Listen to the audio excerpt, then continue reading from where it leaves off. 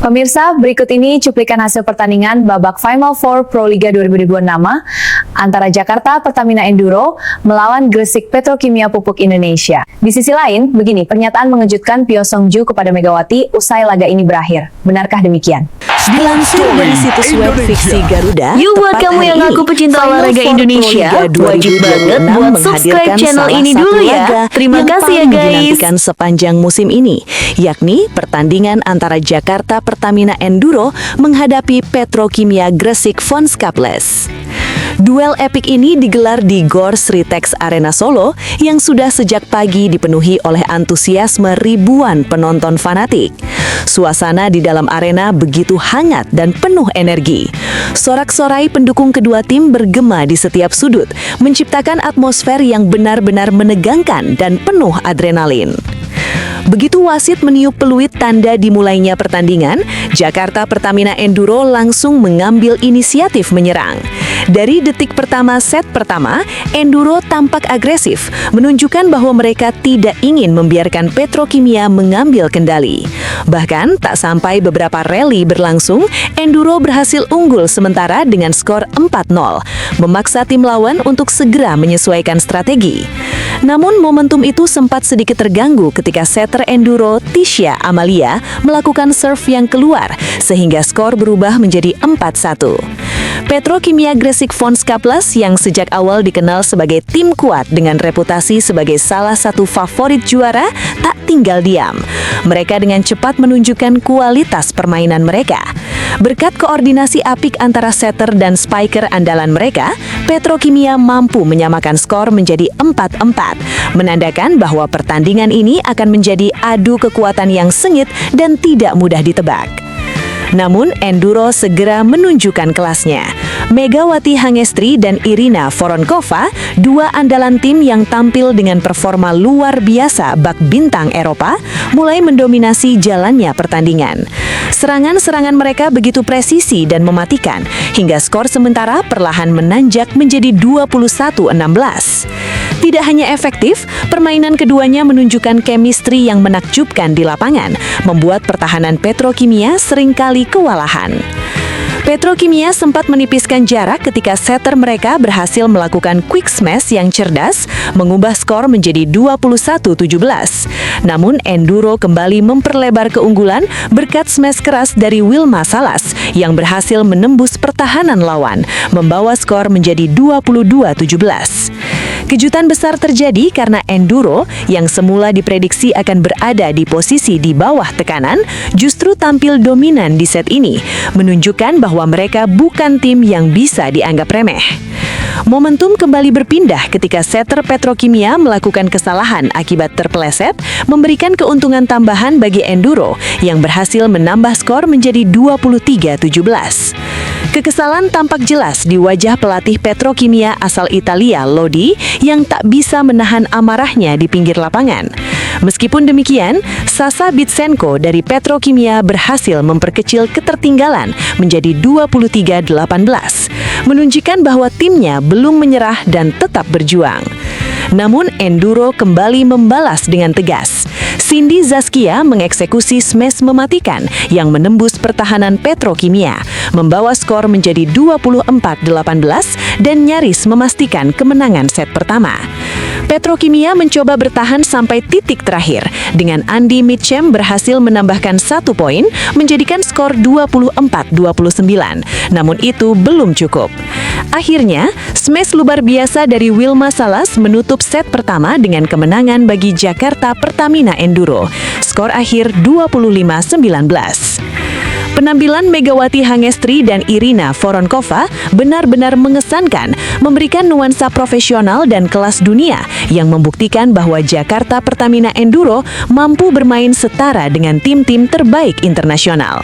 Set pertama ini sekaligus menjadi peringatan bagi Petrokimia Gresik Fons Cupless bahwa mereka harus menyiapkan strategi baru jika ingin membalikan keadaan di set berikutnya. Sementara itu di sisi lain, Laga Final Four Proliga 2026 antara Jakarta Pertamina Enduro dan Petrokimia Gresik Ponska Plus di Gor Sritex Arena Solo tidak hanya menjadi sorotan bagi pecinta voli Indonesia, tetapi juga menarik perhatian mantan pemain internasional Korea Selatan, Pyo Sung-ju. Mantan pemain klub Red Sparks ini yang pernah menjadi rekan setim Megawati Hangestri selama 2 musim memberikan pujian tinggi atas penampilan Megawati dan seluruh tim Jakarta Pertamina Enduro. Dalam wawancara eksklusif dengan media, Pyo mengungkapkan rasa kagumnya terhadap performa Enduro di set pertama yang berakhir dengan kemenangan 25-19 melawan Petrokimia. Saya benar-benar terkesan melihat Megawati bermain di lapangan Indonesia setelah kami berdua bermain bersama di Red Sparks sungguh membanggakan. Dia tampak lebih matang, lebih percaya diri, dan sangat fokus dalam setiap serangan, kata Pyo dengan nada penuh kekaguman. Pyo menjelaskan bahwa ia dan Megawati memiliki hubungan yang lebih dari sekedar rekan setim. Kami pernah melalui banyak latihan berat, pertandingan penting, dan momen kemenangan maupun kekalahan bersama di Red Sparks. Melihat dia sekarang memimpin Jakarta Pertamina Enduro dengan kepercayaan diri tinggi membuat saya bangga. Dia menunjukkan kualitas pemain kelas dunia yang mampu menghadapi tekanan besar bahkan ketika lawan dianggap lebih unggul, ujarnya. Menurut Pyo, kemenangan set pertama Enduro bukanlah hasil keberuntungan semata. Tim ini bermain dengan strategi yang sangat matang. Setiap pemain tahu peran mereka. Wilma Salas menampilkan smash yang sangat kuat. Cindy Zaskia bermain dengan determinasi tinggi dan koordinasi antar pemain benar-benar terlihat solid. Saya bisa merasakan energi tim ini dari jauh dan itu sangat mengesankan, lanjut Pyo. Pyo juga menyoroti bagaimana Enduro mampu menghadapi tekanan dari Petrokimia yang dikenal sebagai tim favorit juara. Petrokimia Gresik Ponska Plus adalah tim yang kuat dengan strategi matang dan pemain berpengalaman. Tapi Enduro tidak gentar. Mereka unggul jauh di set pertama, bahkan ketika lawan mencoba mengejar. Ini menunjukkan kekuatan mental yang luar biasa, selain kemampuan teknis yang mumpuni, ujar Pyo. Lebih jauh, Pyo menambahkan bahwa melihat Megawati bermain sekarang memberikan perspektif berbeda dibandingkan saat mereka masih di Red Sparks. 2 tahun lalu, saya tahu potensi Megawati, tapi menonton langsung di lapangan Proliga, saya melihat peningkatan signifikan. Kecepatan reaksinya, presisi serangan, dan kemampuannya membaca permainan lawan benar-benar meningkat. Dia telah mengasah semua skill itu menjadi permainan yang matang dan efektif, kata Pyo sambil tersenyum. Selain memuji Megawati, Pyo juga memuji seluruh skuad Jakarta Pertamina Enduro. Ini bukan hanya tentang satu pemain, chemistry tim mereka luar biasa. Semua pemain berperan sesuai kemampuan masing-masing. Ketika satu pemain melakukan kesalahan, yang lain segera menutupi. Mereka bermain dengan disiplin, fokus, dan semangat juang yang tinggi. Itu adalah ciri tim profesional sejati, jelasnya. Pyo juga tidak menahan pujian terhadap atmosfer pertandingan di Solo. Gor Sritex Arena Solo dipenuhi dengan energi yang luar biasa. Sorak-sorai penonton membuat pertandingan semakin seru. Saya bisa merasakan intensitas dan ketegangan meskipun menonton dari bangku VIP. Hal ini menunjukkan bagaimana olahraga voli mampu menyatukan masyarakat dan membuat setiap momen di lapangan begitu berkesan, kata Pyo. Dalam pengamatannya, Pyo menekankan bahwa Jakarta Pertamina Enduro kini bukan sekedar tim lokal, tetapi sudah menunjukkan kualitas internasional. Melihat cara mereka bermain, saya bisa bilang bahwa Enduro mampu bersaing dengan standar Asia bahkan dunia. Ini bukan sekedar kemenangan teknis, ini kemenangan mental. Mereka menampilkan permainan yang matang, strategi yang tepat, dan kemampuan individu yang menonjol, imbuhnya. Pernyataan Pyo Sung-ju ini menegaskan bahwa Jakarta Pertamina Enduro dengan Megawati sebagai pemimpin di lapangan telah membuktikan diri sebagai salah satu tim terkuat di Proliga 2026. Bukan hanya mengandalkan satu pemain bintang, mereka menunjukkan kekompakan, disiplin, dan determinasi yang membuat lawan sekaliber Petrokimia harus bekerja keras untuk mengejar ketertinggalan. Sebagai penutup, Pyo menyampaikan pesan hangat bagi penggemar voli Indonesia. Saya berharap para pemain Enduro terus mempertahankan performa ini. Megawati, Wilma, Cindy, dan seluruh tim telah menunjukkan kualitas luar biasa.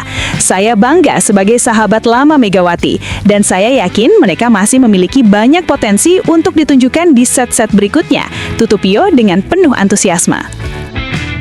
Sementara itu di sisi lain, Kapten Jakarta Livin Mandiri, Yola Yuliana, memberikan pernyataan yang cukup mengejutkan, menyoroti kemenangan Enduro di set pertama dan menyatakan keyakinannya bahwa tim itu menang karena keberuntungan, bukan semata-mata kualitas permainan. Dalam wawancara eksklusif kepada media, Yola tidak menahan diri. Saya menonton pertandingan itu dan jujur saja, kemenangan Jakarta Pertamina Enduro di set pertama 25-19 saya nilai terlalu dipengaruhi faktor keberuntungan. Banyak poin yang seharusnya bisa dimanfaatkan Petrokimia, tapi terbuang begitu saja. Smash mereka beberapa kali menembus pertahanan lawan karena kesalahan teknis lawan, bukan strategi brilian semata, kata Yola dengan nada tegas. Yola kemudian membandingkan performa Enduro dengan dirinya sendiri. Kalau manajemen Jakarta mau merekrut saya, percaya deh, hasilnya akan jauh berbeda. Saya yakin bisa membawa tim menang mudah lawan Petrokimia. Saya punya pengalaman memimpin tim, membaca permainan lawan, dan mengeksekusi strategi yang lebih efektif.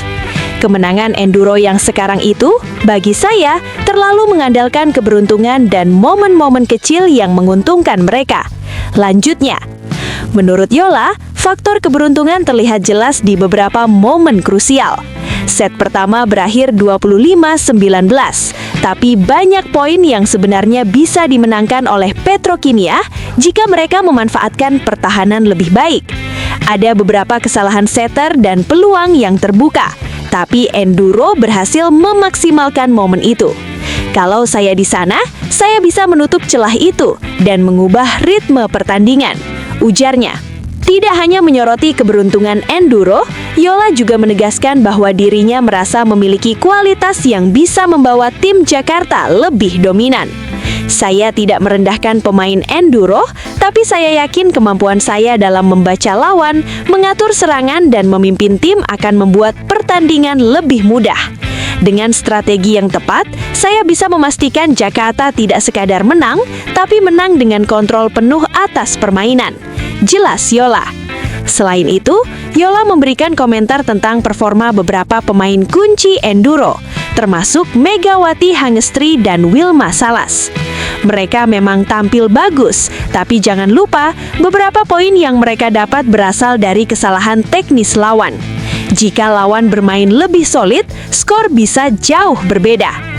Saya yakin dengan kepemimpinan saya, tim Jakarta bisa mengantisipasi itu dan memanfaatkan peluang jauh lebih efektif, katanya sambil tersenyum. Pernyataan Yola ini tentu menimbulkan perdebatan di kalangan penggemar voli Indonesia. Beberapa pihak menilai komentarnya terlalu sombong, sementara yang lain menyebut itu wajar dari seorang kapten yang percaya pada kemampuan diri sendiri. Yola sendiri tampaknya tidak peduli. Ini bukan soal meremehkan orang lain, tapi soal menunjukkan potensi saya. Saya selalu percaya bahwa pengalaman dan kepemimpinan bisa membuat perbedaan besar di lapangan. Jika manajemen memberi kesempatan, saya akan buktikan. Tutuk Yola. Tapi tunggu, benarkah kabar tersebut? Simak hasil penelusuran admin di akhir video ini ya guys. Setelah ditelusuri oleh admin, berita pertama tadi hanya karangan ya guys. Tujuannya untuk edukasi penonton karena mulai marak berita karangan yang menyebar di YouTube. Penulis juga sudah memperingatkan agar hati-hati sebelum menyebarkan video ke teman penggemar bola basket yang suka voli.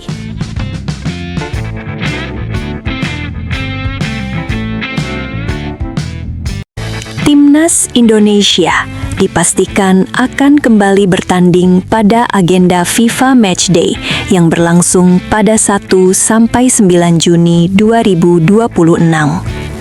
Dua laga uji coba telah disiapkan bagi skuad Garuda sebagai upaya mendongkrak posisi di peringkat FIFA, di mana saat ini Indonesia masih berada di urutan ke-122 dunia. PSSI pun tengah bergerak mencari lawan yang tepat untuk menghadapi tim asuhan John Hartman tersebut. Ketua Badan Tim Nasional, Sumarji, mengungkapkan bahwa proses pencarian masih berlangsung dan federasi sedang mempertimbangkan beberapa negara. Menurut Sumarji, satu calon lawan sebenarnya sudah bersedia menghadapi Indonesia. Namun, ia masih merahasiakan identitas negara tersebut. Besar kemungkinan tim tersebut berasal dari kawasan Asia. PSSI memang menargetkan pertandingan yang mampu memberi tambahan poin signifikan bagi Indonesia, mengingat ambisi menembus 100 besar ranking FIFA pada 2027. Karena itu, federasi juga membidik satu negara lain yang tidak lolos ke FIFA World Cup 2026. Salah satu opsi yang mencuat adalah Italy National Football Team. Namun, menghadirkan tim sebesar Italia tentu bukan perkara mudah. Sebelumnya, PSSI pernah sukses mendatangkan Argentina National Football Team pada FIFA Matchday Juni 2023 saat mereka berstatus juara dunia. Kala itu, Indonesia hanya kalah tipis 0-2. Peluang menghadirkan Italia juga terbuka karena Ketua Umum PSSI, Erick Thohir, memiliki hubungan dekat dengan sepak bola Italia setelah pernah menjadi pemilik Inter Milan pada 2013-2018. Selain faktor tersebut, laga melawan Italia diyakini akan menarik perhatian besar publik Indonesia. Apalagi saat ini ada dua pemain Garuda yang merumput di negeri pizza, yaitu Jay Itzes dan Emil Audero. Meski begitu, Sumarji menegaskan bahwa hingga saat ini PSSI belum melakukan komunikasi resmi dengan negara dari Eropa. Federasi masih terus menimbang berbagai opsi demi mendapatkan lawan yang paling ideal bagi perkembangan timnas Indonesia. Lini depan timnas Indonesia berpotensi semakin kompetitif dengan munculnya nama baru yang tengah mencuri perhatian, yakni Luke Fikri. Penyerang berusia 20 tahun yang kini bermain di Australia itu disebut-sebut masuk radar PSSI sebagai kandidat pemain naturalisasi untuk memperkuat skuad Garuda. Kabar tersebut muncul di tengah upaya PSSI mencari sosok penyerang tajam untuk menambah daya gedor tim asuhan John Herdman. Kehadiran Fikri dinilai bisa menjadi pelengkap bagi lini serang Indonesia, termasuk berpotensi menjadi tandem bagi Ole Romeni. Saat ini, Indonesia memang sudah memiliki beberapa striker, seperti Ramadan Sananta, Hoki Caraka, dan Jens Raven. Namun, Fikri dianggap mampu menghadirkan warna baru dalam pola serangan. Saat ini, Fikri tengah berkarier bersama MacArthur FC di kompetisi kasta tertinggi Australia, A-League. Meski lahir di Hawaii, Amerika Serikat, pemain bertinggi 183 cm itu berkembang sebagai pesepak bola di Australia. Pada musim ini, ia mencatatkan 4 gol dan 1 assist dari 21 penampilan bersama klubnya, menunjukkan perkembangan yang cukup menjanjikan di level profesional. Menariknya, Fikri juga tidak menutup kemungkinan untuk membela timnas Indonesia. Dalam sebuah wawancara, ia mengaku tertarik merasakan atmosfer sepak bola tanah air yang terkenal penuh gairah. Ia bahkan pernah merasakan langsung semangat supporter Indonesia ketika membela timnas Australia U20 pada ajang AFC U20 Asian Cup di Surabaya. Saat itu, Fikri menyaksikan langsung pertandingan yang dihadiri puluhan ribu supporter Indonesia di stadion. Pengalaman tersebut meninggalkan kesan mendalam baginya, terutama melihat antusiasme sekitar 30 hingga 35 ribu penonton yang memenuhi tribun. Dari sisi garis keturunan, Fikri memiliki darah Indonesia dari sang nenek yang lahir di Sumatera. Meski orang tua neneknya berasal dari Belanda dan kini tinggal di California, hubungan keluarga itu membuka peluang bagi Fikri untuk memperkuat Indonesia. Ia sendiri lahir di Hawaii dan saat ini memegang paspor Amerika Serikat serta Australia. Dengan usia muda, pengalaman bermain di liga profesional, serta kemampuan bermain di beberapa posisi lini depan, Fikri dinilai bisa menjadi tambahan penting bagi timnas Indonesia. Jika proses naturalisasi berjalan lancar, ia berpotensi menjadi salah satu bagian penting dalam proyek besar skuad Garuda di masa depan. Kehadiran para legenda sepak bola dunia dalam ajang Clash of Legends 2026 dipastikan akan mendapat pengamanan ekstra ketat. Promotor acara menjamin keamanan bagi dua nama besar, yakni Patrick Kluivert dan Ronaldo Nazario, yang akan datang ke Indonesia untuk memeriahkan laga spesial tersebut. Pertandingan bertajuk Clash of Legends ini dijadwalkan berlangsung di Gelora Bung Karno Main Stadium pada 18 April 2026. Menariknya, Kluivert akan kembali menginjakan rumput Stadion Kebanggaan Indonesia itu, namun kali ini bukan sebagai pelatih, melainkan sebagai pemain dalam skuad Barcelona Legends. Legenda asal Belanda itu memang memiliki sejarah panjang bersama FC Barcelona. Selama berseragam klub raksasa Katalan tersebut, Kluivert mencatatkan 90 gol dari 182 pertandingan, menjadikannya salah satu striker yang cukup dikenang oleh para penggemar Blaugrana. Meski demikian, proses membawa Kluivert kembali ke Indonesia ternyata tidak mudah. Ia sempat ragu untuk datang karena khawatir menjadi sorotan publik setelah sebelumnya gagal membawa timnas Indonesia lolos ke FIFA World Cup 2026. Promotor acara, Reza Subekti, mengungkapkan bahwa pihaknya harus melakukan pendekatan khusus untuk meyakinkan sang legenda.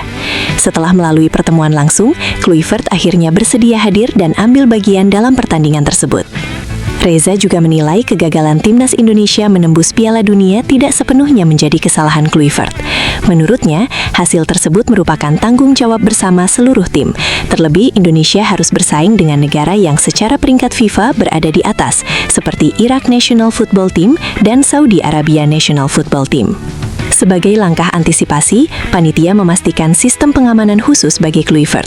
Perlakuan yang sama juga akan diberikan kepada Ronaldo Nazario yang akan hadir sebagai manajer tim DRX Legends. Pengawalan ini dilakukan untuk menjamin kenyamanan para legenda selama berada di Indonesia. Dalam perkembangan terbaru, format pertandingan juga mengalami perubahan. Tim Barcelona Legends tidak lagi akan menghadapi DRX World Legends yang sebelumnya direncanakan berisi 11 legenda sepak bola dunia. Meski begitu, pertandingan tetap akan menghadirkan sejumlah mantan pemain ternama, termasuk legenda Indonesia seperti Firman Utina, Greg Nuwokolo, Arthur Irawan, Irfan Bahdim, Ismet Sofyan, dan Maman Abdurrahman. Laga spesial ini juga akan dipimpin oleh wasit legendaris asal Italia, Pierluigi Collina, yang dikenal sebagai salah satu pengadil lapangan paling ikonik dalam sejarah sepak bola. Panitia memastikan bahwa perubahan format tidak akan mengurangi kemeriahan acara. Sejumlah legenda dunia seperti Alessandro Del Piero dan Fabio Cannavaro tetap diupayakan hadir untuk memanjakan penggemar sepak bola.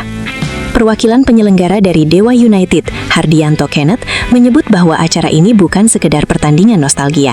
Ia berharap Clash of Legends bisa menjadi tontonan bersejarah yang menarik perhatian penggemar sepak bola tidak hanya dari Indonesia, tetapi juga dari negara-negara Asia Tenggara. Selain hiburan, ajang ini juga diyakini membawa dampak ekonomi positif bagi Jakarta. Kehadiran legenda dunia diprediksi akan menggerakkan berbagai sektor seperti UMKM, kuliner, transportasi, hingga okupansi hotel.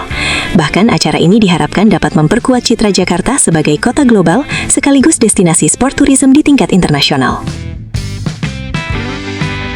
Kabar positif datang dari Belanda mengenai bek timnas Indonesia, Maes Hilgers. Setelah sempat absen cukup lama akibat cedera serius, namanya kini kembali menjadi perbincangan dan bahkan masuk radar klub besar Eredivisie. Media Belanda Football Transfers melaporkan bahwa PSV Eindhoven tertarik merekrut Hilgers pada bursa transfer musim panas 2026. Ketertarikan tersebut muncul karena PSV sedang membutuhkan tambahan kekuatan di lini belakang. Sebelumnya, Hilgers harus menepi cukup lama setelah mengalami cedera anterior cruciate ligament injury pada 2025. Cedera tersebut membuatnya tidak hanya absen dari klubnya, FC Twente, tetapi juga tidak dapat memperkuat timnas Indonesia. Meski demikian, performa solid yang ia tunjukkan sebelum cedera rupanya masih diingat oleh klub-klub besar. Kontrak Hilgers bersama FC Twente diketahui akan berakhir pada Juni 2026, sehingga ia berpotensi hengkang dengan status bebas transfer, situasi yang tentu menguntungkan klub peminat. PSV sendiri sedang mencari pengganti kapten mereka, Jardy Schouten, yang juga mengalami cedera ACL dan harus absen cukup lama. Berdasarkan analisis data, gaya bermain Hilgers bahkan disebut memiliki kemiripan hingga 99% dengan Schouten, sehingga dinilai cocok dengan sistem permainan PSV. Dari sisi kualitas individu, Hilgers juga mendapat penilaian cukup tinggi. Data Football Transfers menunjukkan rating skillnya mencapai 64,7, angka yang bahkan berpotensi menjadikannya salah satu bek tengah terbaik di skuad PSV. Selain faktor teknis, aspek finansial juga menjadi keuntungan bagi PSV. Dengan kontraknya yang hampir habis, klub tidak perlu mengeluarkan biaya transfer besar jika ingin merekrutnya. Jika kepindahan ini benar-benar terwujud, peluang Hilgers untuk kembali bersinar di level tertinggi sepak bola Belanda akan terbuka lebar, sekaligus meningkatkan peluangnya kembali memperkuat timnas Indonesia setelah pulih dari cedera panjang.